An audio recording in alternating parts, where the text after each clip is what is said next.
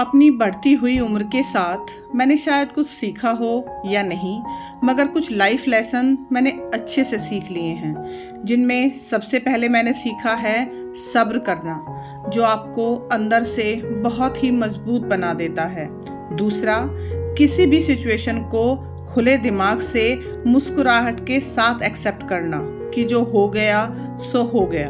और तीसरा, कि जिंदगी में कभी भी किसी भी पॉइंट पर अपने आप को परिवर्तन के लिए तैयार रखना, क्योंकि परिवर्तन कितना भी दुख देने वाला हो, लेकिन उसके परिणाम हमेशा अच्छे और सुखद ही होते हैं। नमस्ते दोस्तों, स्वागत है आप सभी का बी रियल बी सिंपल की एक और वीडियो में। उम्मीद करती हूँ कि आप लोग कल से आज बेहतर होंगे। तो ये वीडियो है मेरी बेटी के स्कूल के लास्ट डे का। जी हाँ, समर वेकेशंस शुरू हो गई हैं बच्चों की, और ये उसी के लास्ट डे की वीडियो है जिस दिन उसकी पीटीएम थी। तो इस वीडियो को मैंने सुबह से शुरू किया था और अभी मैं उसके पीटीएम के लिए जा रही हूँ।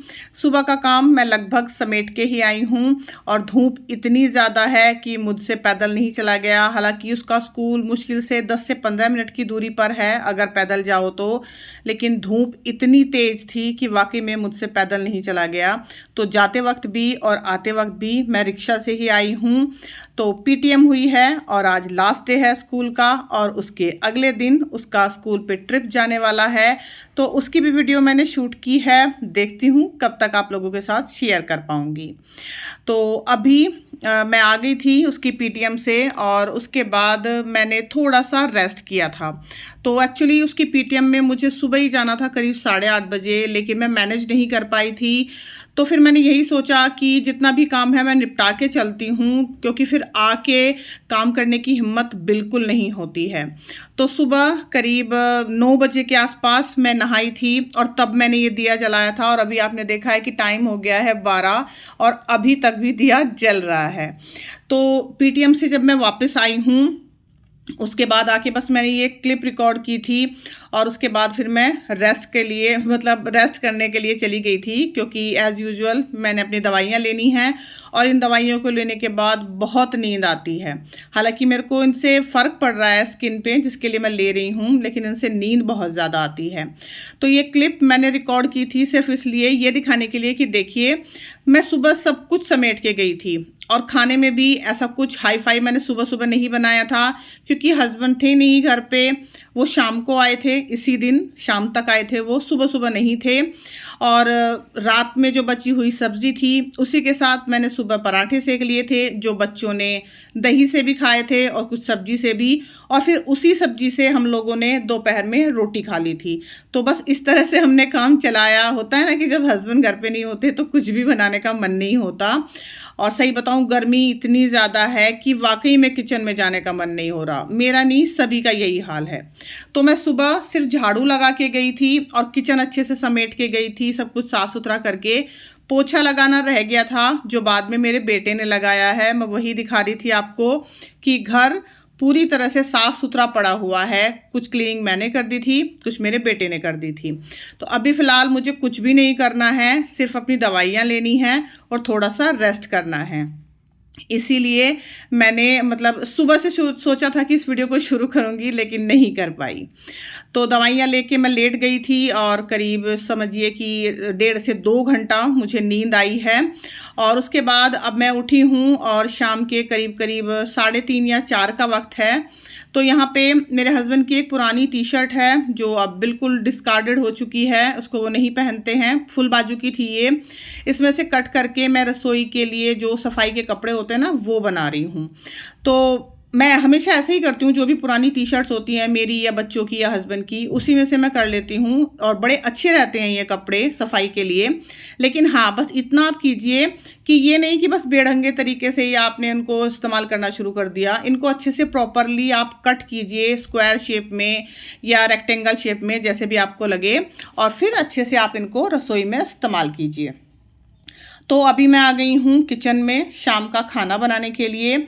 और जब मैं सुबह वानी की पीटीएम में गई थी ना, तो उधर से ही मतलब पास में ही कुछ दुकानें हैं, वहाँ से मैं थोड़ा सा सामान लेके आई थी। बहुत तो ज़्यादा नहीं मैं लेके आई, क्योंकि जैसे मैंने कहा गर्मी बहुत ज़्यादा थी, मेरी हिम्मत नहीं हो रही थी बिल्कुल भी। तो मैं लेके आई थी अलसी, ज़ीरा और अजवाइन, जिसका मुझे आज एक मिक्स बनाना है अपने हस्बैंड के लिए। साथ ही मैं लेके आई थी दलिया, जिसको मैं साइड में भून रही हूँ। और शाम के वक्त मैंने छौंकी है कढ़ी, क्योंकि बच्चों की डिमांड थी आज कढ़ी चावल खाना है। और मैं थोड़ा जल्दी ही लग गई हूँ किचन में, अभी करीब 4:30 या 4:45 का ही वक्त हुआ है, तो मैं जल्दी ही लग गई हूँ ताकि जल्दी ही फ्री भी हो जाऊँ। अच्छा, ये वीडियो लास्ट वीकेंड की है, जब मेरी बेटी के स्कूल का लास्ट डे था, जैसे मैंने बताया।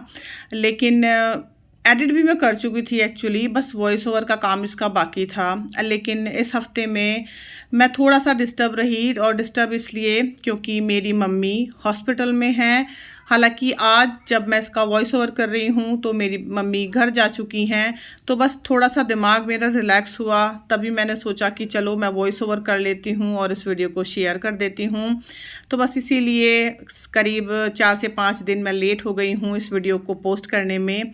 लेकिन खैर कोई बात नहीं, देर आए दुरुस्त आए, बस यही वाली बात। क्योंकि जब आपके कोई भी लव्ड वन, आपके माँ बाप या भाई बहन या कोई भी आपके परिवार का सदस्य इस तरह से बीमार हो और हॉस्पिटलाइज हो, तो आप थोड़ा डिस्टर्ब तो रहते ही हैं, नेचुरल है ये। तो अभी फ़िलहाल मम्मी ठीक हैं, पहले से बेहतर हैं और घर जा चुकी हैं। तो बस अभी मैं इस वीडियो का वॉइस ओवर कर रही हूँ और जल्दी से जल्दी इस वीडियो को आप लोगों तक पहुँचा दूँगी। तो दलिया हमारा भुन चुका है, सूखा ही मैंने उसको भुना है, बिना किसी घी तेल के। उसको ठंडा होने के लिए मैंने परात में रख दिया है। और यहाँ पे मैं बना रही हूँ मैंगो शेक शाम के लिए। बच्चों को भूख लगी थी, तो यहाँ पे 2 आम थे मेरे पास, उनको मैंने छील के अच्छे से मिक्सर में डाला है। और साथ में मैंने डाला है मिश्री का पाउडर, जो खड़ी मिश्री होती है ना, उसका पाउडर बना के मैं रखती हूँ। लास्ट वीडियो जो मैंने शेयर की थी ना, जिसमें मैंने केक बनाया था, उसमें भी मैंने यही इस्तेमाल किया था। तो वो थोड़ा सा ख़त्म हो रहा था, तो इसलिए मैंने मिश्री को पीस के रखा है। अभी इसको भी मैं डब्बे में ही पलटूंगी। तो जितना भी मैंने मैंगो का पल्प मिश्री के साथ पीसा है, ये साफ मतलब पूरे को मैं इस्तेमाल नहीं करने वाली हूँ, थोड़े से का ही बस मैं मिल्क शेक बनाऊंगी, जितना अभी के लिए काफ़ी होगा। इसको मैं रख दूंगी फ्रिज में। इसका फिर मैं अगले दिन बना लूँगी मिल्क शेक, क्योंकि मिल्क शेक बना के फिर उसको स्टोर करना मुझे सही नहीं लगता। हाँ, इस तरह से मैंगो पल्प में मीठा मिला के और जो भी एक्स्ट्रा हो उसको आप फ्रिज में स्टोर कर लीजिए, और जब चाहिए उसमें दूध मिला के तब आप उसका मिल्क शेक बना लीजिए।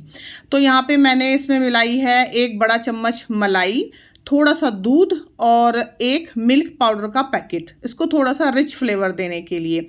आप चाहो तो सिर्फ दूध मिला के भी मिल्क शेक बना सकते हो, कोई ज़रूरी नहीं है, लेकिन बस मुझे थोड़ी सी इसमें रिचनेस देनी थी, तो इसलिए मैंने ये सारी चीज़ें इसमें डाली हैं। और मलाई जो मैंने इसमें डाली है ना, वो बिल्कुल फ्रेश है, 1-2 दिन की रखी हुई नहीं है, वो आज के दूध की ही मलाई है, तभी मैंने इसमें डाली है। तो जब भी आप मलाई अगर डालें मिल्क शेक में, तो मेक श्योर करें कि वो बिल्कुल फ्रेश मलाई हो। अगर 1-2 दिन की रखी हुई है तो प्लीज़ उसको ना डालें आप। अच्छा, ये जो ड्राई फ्रूट कटर मेरे पास है, इससे मैंने बादाम और काजू, इनको अच्छे से बिल्कुल बारीक थिनली स्लाइस कर लिया है। और इतने अच्छे से ये देखिए काम करता है, एक भी ड्राई फ्रूट इसके अंदर नहीं है, बिल्कुल लास्ट तक वो अच्छे से उनको बिल्कुल चूरा कर देता है उसका। और हाथ से अगर आप करने जाओगे तो शायद इस काम में आपको 15 से 20 मिनट लग जाएंगे, लेकिन जब चॉपर से मैंने किया तो मुश्किल से बस 2-3 मिनट में ही हो गया। साथ में मैंने थोड़ी सी जो किशमिश हैं उनको भी काटा है। और जब तक मैं ये बना रही थी ना, तभी तक मेरे हस्बैंड भी आ गए थे। तो पहले तो मैंने सोचा था कि मैं पीऊँगी मिल्क शेक, लेकिन बस फिर उतना ही बना था, तो मिल्क शेक नहीं एक्चुअली मैंगो शेक, तो फिर मैंने उनको दे दिया। तो यहाँ पे जो स्टील का कप है वो मैंने अपने लिए रखा था, लेकिन फिर मैंने ये हस्बैंड को दे दिया, क्योंकि वो समझ लीजिए कि करीब 1 हफ्ते बाद घर आए हैं। तो जो काजू और बादाम का पाउडर मैंने बनाया था ना, वो तो मैंने बच्चों के मैंगो शेक में डाल दिया, और जो किशमिश मैंने काट के रखी थी वो हस्बैंड के मैंगो शेक में मैंने डाल दी, क्योंकि बच्चे किशमिश नहीं खाते। तो बस यहाँ पे हमारा ये एक हेल्दी सा और टेस्टी सा ड्रिंक तैयार हो गया है। तो आप लोग भी घर पे बड़ी आसानी से बना सकते हो, और अब तो गर्मियों में आम इतने आ रहे हैं कि पूछो मत। तो बड़ा ही अच्छा तरीका है बच्चों को घर पे ही हेल्दी मिल्क शेक बना के देने का। मैंगो शेक बना के देने का, मैं बार बार मिल्क शेक बोल रही हूँ इसको। तो अभी ये मैंने बच्चों को दे दिया। और उसके बाद ये जो एक डब्बा है, डस्टबिन टाइप है ये छोटा सा, जिसमें मैं जो भी पूजा का आइटम बचता है ना, थोड़ा बहुत बाती वगैरह पूजा करने के बाद जो जली हुई बाती बचती है नीचे, वो रखती हूँ। तो ये मैंने धो के रखा हुआ था और उस दिन से मतलब इसको रखने का मुझे टाइम ही नहीं मिला था इसकी जगह पे। तो अब मैं रख रही हूँ, इसके अंदर मैंने पॉलीथीन लगाई है, जैसे हम सिंपल डस्टबिन में लगाते हैं उसी तरीके से। और शाम की पूजा भी मैंने यहाँ पे कर दी है। तो बस ये यहीं पे रखा रहता है नीचे, ताकि जो भी पूजा का एक्स्ट्रा सामान निकलता है वो मैं साथ के साथ इसमें डालती रहती हूँ। और फिर उसको मैं कैसे डिस्कार्ड करती हूँ ये मैंने अभी 1-2 वीडियो पहले ही आप लोगों के साथ शेयर किया था। तो अब जो दलिया भून चुका था, उसी कढ़ाई में मैं ये अलसी के बीज भून रही हूँ। ये 200 ग्राम अलसी है और इसको बिल्कुल धीमी आंच पे मैंने भूना है। तो ये बेसिकली एक वेट लॉस पाउडर आप इसको बोल सकते हैं। मेरे हस्बैंड को उनके किसी फ्रेंड ने सजेस्ट किया है, तो उसी के लिए मैं बना रही हूँ। और अलसी आप जब भी भूने, धीमी गैस पे भूने, और उसको भुनने का एक सिम्टम ये है।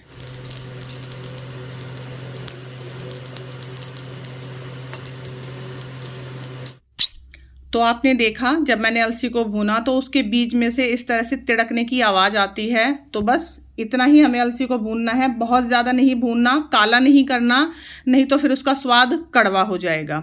तो अब इसी कढ़ाई में जो बहुत ज़्यादा गर्म है, मैंने अजवाइन डाल दी है।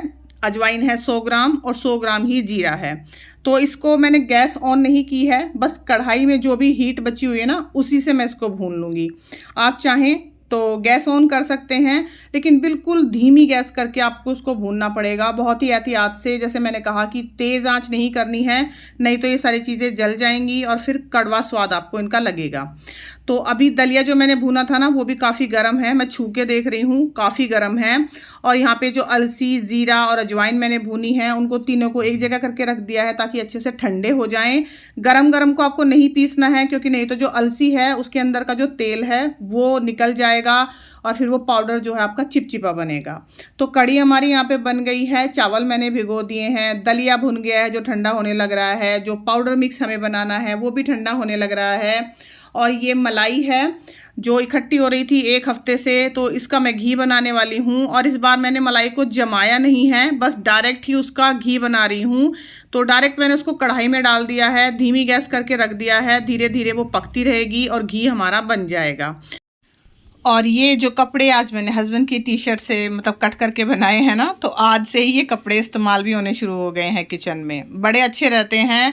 आप लोग भी प्लीज़ बाहर से कुछ परचेज करने के बजाय इस तरह से ही घर में जो डिस्कार्डेड कपड़े होते हैं ना, उनको ही इस्तेमाल करें सफाई में। तो पैसों की भी बचत होती है इसमें, और जो चीज़ें डिस्कार्डेड हैं ऑलरेडी वो इस्तेमाल भी हो जाती हैं। तो जब तक ये हमारी कढ़ाई में जो मलाई मैंने रखी थी ना, धीरे धीरे इसका जो घी बना है ना, तब तक मैंने सारे बर्तन क्लीन कर दिए हैं। और बच्चों को मैंने खाना दे दिया है, हस्बैंड ने भी खाना खा लिया है, वो काफ़ी थके हुए थे तो इसलिए वो सोने चले गए हैं।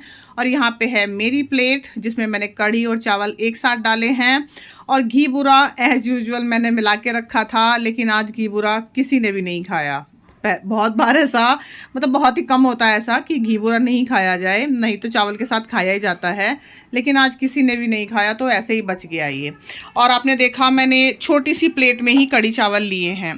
तो अगर आपको ओवर ईटिंग से बचना है ना, तो हमेशा अपना खाना किसी छोटी प्लेट में लें और नीचे बैठ के खाएं, आराम से खाएं, चबा चबा कर, और हो सके तो खाने के बाद थोड़ा सा टहले ज़रूर, खासकर रात के खाने के बाद। तो मुझे खाना खाने के बाद ये कपड़े अपनी जगह पे लगाने हैं। एक्चुअली इनकी तह बच्चों ने बनाई है, जैसी भी उनसे बनी है, अच्छी या बुरी, लेकिन ये है कि उन्होंने समेट के एक तरफ रख दिए हैं। बाकी मैं अपने आप संभाल लूँगी, जैसे ही मुझे 10 मिनट का टाइम मिलेगा मैं उन कपड़ों को अच्छे से अलमारी में लगा दूँगी जहाँ पे उनकी प्रॉपर जगह है। तो बच्चे इस तरह से मेरी बहुत मदद करते रहते हैं, हस्बैंड भी कर देते हैं। अभी 1-2 वीडियो पहले मैंने शेयर भी किया था कि शाम को मुझे कहीं जाना था तो मेरी बेटी ने और हस्बैंड ने कपड़ों की तह कर दी थी। तो अभी खाना खाने के बाद दोबारा से आई हूँ किचन में, जो भी खाना बचा है, कढ़ी चावल वगैरह, वो सब मैंने बर्तन में निकाल लिए हैं जिनमें मुझे रखने होते हैं। भगोने में आप जो पानी देख रहे हो वो मैंने घड़े में से निकाला है, क्योंकि अभी मुझे घड़ा भी भरना है धोने के बाद। और ये जो घी है बन गया था और अभी ये ल्यूक वार्म है, बहुत ज़्यादा गर्म नहीं है, ठंडा भी नहीं हुआ है। इसको मैं डब्बे में पलट रही हूँ और इस डब्बे में पहले से भी थोड़ा सा घी है। तो बस ये घर का बना हुआ घी ही हम इस्तेमाल करते हैं। बाज़ार से तो मुझे घी कभी कभी ही खरीदना पड़ता है। ज़्यादातर मैं इसी तरह से मलाई से घर पे घी बना लेती हूँ और वही इस्तेमाल होता है। तो अभी किचन की क्लीनिंग कर रही हूँ। टाइल्स वगैरह सब अच्छे से क्लीन की हैं, साथ ही जो गैस स्टोव है उसको अच्छे से क्लीन किया है। और ये अभी फ़िलहाल नाइट की किचन क्लीनिंग हो रही है, क्योंकि जैसे मैंने कहा कि मैं आज जल्दी ही लग गई थी किचन में खाना बनाने के लिए, तो काम भी जल्दी ही निपट गया। और अभी करीब करीब 8:30 बजे हुए हैं। किचन की क्लीनिंग भी सब हो गई है, बर्तन भी लगभग सारे ही क्लीन हो गए हैं। बस जो खाने पीने के बर्तन बचे हुए हैं ना, वही मुझे क्लीन करने हैं। मतलब 90% जो बर्तन थे वो मैं क्लीन कर चुकी हूँ। और ये जो गैस के स्टैंड है ना, बर्नर स्टैंड जो होते हैं, इनको मैं एक दिन छोड़ के मांजती हूँ। डेली मैं इनको नहीं मांजती हूँ, डेली तो बस इनको मैं हल्के गीले कपड़े से साफ करके रख देती हूँ। एक दिन छोड़ के मैं इनको मांजती हूँ। और दरअसल ये जो क्लीनिंग मैं कर रही हूँ या कोई भी क्लीनिंग अपनी रसोई में करता है, वो क्लीनिंग डिपेंड करती है कि आप किस तरह से कुकिंग कर रही हैं। आप कुकिंग अगर अच्छी तरह से कर रही हैं, आपकी दाल नहीं निकल रही है गैस स्टोव पे, दूध नहीं उबल के गिर रहा है, आप ध्यान से काम कर रही हैं, तो फिर आपकी क्लीनिंग ऑटोमेटिकली आधी हो ही जाती है। तो बस कुकिंग में थोड़ा सा ध्यान दीजिए, क्लीनिंग का टाइम आपका अपने आप ही कम हो जाएगा। तो ये जो अलसी, जीरा और अजवाइन मैंने भून के रखी थी, अच्छे से ठंडे हो गए थे, इनको मैंने पीस लिया है और इस पाउडर को मैंने अभी एक बड़े से बाउल में निकाल के रखा है।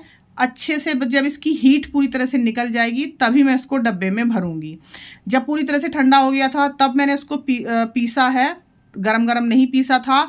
और पीसने के बाद भी मैंने इसको डायरेक्ट डब्बे में नहीं भरा है। आप कोई भी मसाला हो, आप गरम मसाला पीसें या कोई भी XYZ मसाला पीसें, आप उसको एकदम से पीसने के बाद डब्बे में मत भरें। हमेशा उसको किसी बड़े बाउल में या थाली में फैला के रख दें।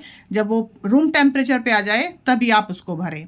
तो यहाँ पे मैंने एक घड़ा अच्छे से धो लिया है, इसको मुझे दोबारा से भरना है। रोज़ रात का ये प्रोसीजर होता है। और घड़ा धोते वक्त आप एक बात का ध्यान रखिए कि घड़े में अंदर कभी भी हाथ फिरा के आप उसको मत धोइए। बस बाहर से अच्छे से क्लीन कर दीजिए, अंदर से बस आपको उसको पानी से धोना है, मतलब पानी से खंगालना है एक तरह से, हाथ फिरा के नहीं धोना है। अगर आप हाथ फिरा के धोएंगे ना तो घड़े के अंदर जो पोर्स होते हैं, जो छोटे छोटे छिद्र होते हैं, वो बंद हो जाएंगे, फिर आपका घड़ा पानी ठंडा नहीं करेगा। और वैसे भी आजकल इतनी लू चल रही है ना कि बस अब तो घड़े ने भी दम तोड़ दिया है। मतलब पीने लायक ठंडा तो हो जाता है, लेकिन वो सुपर चिल्ड वाला पानी नहीं हो रहा है घड़े में। लेकिन खैर जैसा भी है, पीते तो हम लोग घड़े का ही पानी है। फ्रिज में मैं 1-2 बोतल रखती ज़रूर हूँ, लेकिन वो हमारे लिए नहीं होती। वो ऐसा होता है कि जैसे कोई आया है घर में, तो हो सकता है वो घड़े का पानी पसंद ना करते हों, तो बस उनके लिए मैं रखती हूँ। तो जब तक मैंने घड़े में पानी वगैरह भरा, तब तक ये हमारा पाउडर था वो ठंडा हो गया अच्छे से। अब मैंने इसको डब्बे में भर दिया है। तो ऐसे मैं साइड बाय साइड सारे काम करती जा रही हूँ कि जब तक एक काम कर रही हूँ तब तक दूसरे काम को टाइम मिल रहा है। इस पाउडर को ठंडा होने के लिए टाइम चाहिए था, तो इसलिए तब तक मैंने घड़ा अपना रिफ़िल कर लिया दोबारा से। और जो घड़े में से पानी निकला है ना, वो अगले दिन मैं कुकिंग में इस्तेमाल कर लेती हूँ। इस तरह से पूरा ये साइकिल चलता रहता है घड़े के पानी का। तो अभी सारा काम निपटाने के बाद रसोई में एक बार हल्की सी मैं झाड़ू लगा दे रही हूँ। हालांकि गिरा कुछ नहीं है, लेकिन ये ज़रूर करना चाहिए। इससे क्या है कि आपके रसोई में कॉकरोच, चींटी वगैरह होने का जो मतलब ना के बराबर फिर उसकी संभावना रह जाती है। साथ ही बिल्कुल हल्का सा मैंने यहाँ पे पोछा भी लगा दिया है। बिल्कुल समझिए कि गीला सूखा सा ही पोछा है, बहुत ज़्यादा डीपली मैं नहीं कर रही हूँ। लेकिन हाँ, रात को इसको मैं करके ज़रूर सोती हूँ।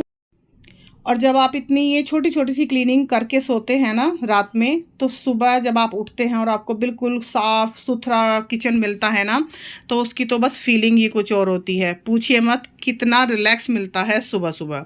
अच्छा, अब ये एक और काम बचा है। जो बेकिंग पाउडर मेरे पास होता है, बड़ा डब्बा मैं ख़रीद के लाती हूँ, उसको मैंने सिंक में भी डाला है। और साथ ही जो स्पॉन्जेस हैं उनको भी मैं इसमें भिगा के रखूँगी गर्म पानी के साथ। और ये वाली क्लीनिंग मैं ऑल्टरनेट डे पे करती हूँ, यानी कि एक दिन छोड़ के। सिंक में भी मैं डालती हूँ बेकिंग पाउडर, और जो स्पंज हैं उनको भी मैं बेकिंग पाउडर के साथ गर्म पानी में भिगो के रखती हूँ। तो ये जो घी बनाने के बाद नीचे का उसका डिस्कार्डेड जो एक तरह से कहना चाहिए बचा हुआ है ना आइटम, ये मैं डस्टबिन में नहीं फेंक रही हूँ, इसको मैं सुबह जो गाय भैंसों के लिए बराबर में हमारे है ना वहाँ पे डाल के आऊँगी। तो अभी बर्तन सब क्लीन हो गए हैं और अपनी अपनी जगह पे सब बर्तन हैं। जो भवानी का टिफ़िन है ये अभी 1 महीने के लिए बस रखा जाएगा। साथ ही दलिया मैंने डब्बे में पलट दिया था, एज़ यूजुअल मैंने दिखाया था आपको। और घी अभी मैंने मतलब इसको बिल्कुल पूरी तरह से बंद नहीं किया था, अब बंद किया है क्योंकि हल्का सा गुनगुना था। साथ ही बादाम मैंने भिगो दिए हैं क्योंकि ये रात को मैं भिगो के ही सोती हूँ। और यहाँ पे आप देख रहे होंगे कि डस्टबिन नहीं है क्योंकि डस्टबिन मैं रात के टाइम बाहर रख देती हूँ। सुबह कूड़े की गाड़ी आती है तो उसमें चला जाता है कूड़ा, उसके बाद वो डस्टबिन धुल के जाता है ऊपर छत पे धूप में सूखने के लिए। तो ये डेली का ही काम है। साथ ही जो आपने अभी एक डब्बा देखा ना वो मैंने धो के रखा है, जिसको मैंने फ्रिज में रखा था, लास्ट टाइम दिखाया था वीडियो में, क्योंकि टमाटर ख़त्म हो गए थे ना घर में, तो उसको भी मैंने धो के अभी रख दिया है। नेक्स्ट डे जब टमाटर लूँगी तो उसमें रखे जाएंगे। पंखा भी मैंने चला ही छोड़ दिया है क्योंकि पोछा लगाया है ना तो वो सूख जाएगा, हल्का सा गीला सूखा जो भी है। अच्छा, सबसे लास्ट का काम कि ये जो सिलेंडर की नोब होती है इसको ज़रूर आप याद से बंद करके सोएं, कभी भी इसको खुला छोड़ के रात में ना सोएं। कभी भी जैसे आपको घर से बाहर जाना हो या रात का टाइम हो या फिर दोपहर में भी, कभी कभी तो मैं दोपहर में भी उसको बंद करके ही सोती हूँ, मतलब बंद करके ही रखती हूँ जब किचन में 2-3 घंटे के लिए कुछ काम नहीं होता। तो अब मैं यहाँ पे आई हूँ अपनी बेटी की यूनिफॉर्म को प्रेस करने के लिए। एक्चुअली मुझे पता नहीं था कि उसको सुबह जब टूर पे जाना है तो कौन सी यूनिफॉर्म पहन के जानी है। उसने मुझे फिर सुबह उठ के बताया कि मम्मी मुझे तो स्पोर्ट्स यूनिफॉर्म पहन के जानी है, लेकिन मैंने सोचा था कि शायद यही वाली यूनिफॉर्म उसको पहन के जानी है, मुझे अच्छे से पता नहीं था, तो इसीलिए बस मैं इसको प्रेस करके रख रही थी। क्योंकि कभी कभी ऐसा होता है, हालांकि ये नहीं है कि मैं रात में ही हमेशा करके रखती हूँ, लेकिन 90% मैं कोशिश करती हूँ कि रात को ही करके रख दूँ। क्योंकि जब भी मैं कभी आलस कर जाती हूँ ना 5-10 मिनट का कि चलो कोई नहीं सुबह कर दूँगी, तो उस टाइम पे होगा क्या कि या तो मेरी आँख देर से खुलेंगी या फिर उस दिन लाइट नहीं होगी, मतलब कुछ ना कुछ गड़बड़ी मिलती ज़रूर है। तो इसलिए मैं कोशिश करती हूँ कि मैं उसकी यूनिफॉर्म पे रात को ही प्रेस करके रख दूँ। तो बस मैं वही कर रही थी, लेकिन फिर सुबह जब मैं उठी हूँ तो पता चला है कि उसको अपनी स्पोर्ट्स यूनिफॉर्म पहन के जानी है। लेकिन खैर कोई बात नहीं, यूनिफॉर्म पे प्रेस हो गई। फिर मैंने उसको अलमारी में ही रख दिया था अगले दिन, क्योंकि जैसे मैंने कहा कि लास्ट डे है तो अभी 1 महीने तक तो फिर इसका इस्तेमाल नहीं होने वाला है। तो बस अभी तो मैंने फ़िलहाल इसको यहीं पे रख दिया था क्योंकि मुझे लगा था कि सुबह वो इसी को पहन के जाएगी। लेकिन खैर जो होता है अच्छे के लिए ही होता है, तो इसीलिए मैंने सोचा कि चलो यूनिफॉर्म धुली हुई थी, प्रेस तो हो ही गई है, अब मैं इसको उठा के फिर अलमारी में रख दूंगी, जो मैंने नेक्स्ट डे किया था। अभी फ़िलहाल घर मैंने पूरी तरह से समेट दिया है ताकि जब मैं सुबह उठूं तो बिल्कुल हबड़ दबड़ ना मचे। जितना भी मैं समेट सकती हूँ उतना तो मैं समेट ही देती हूँ।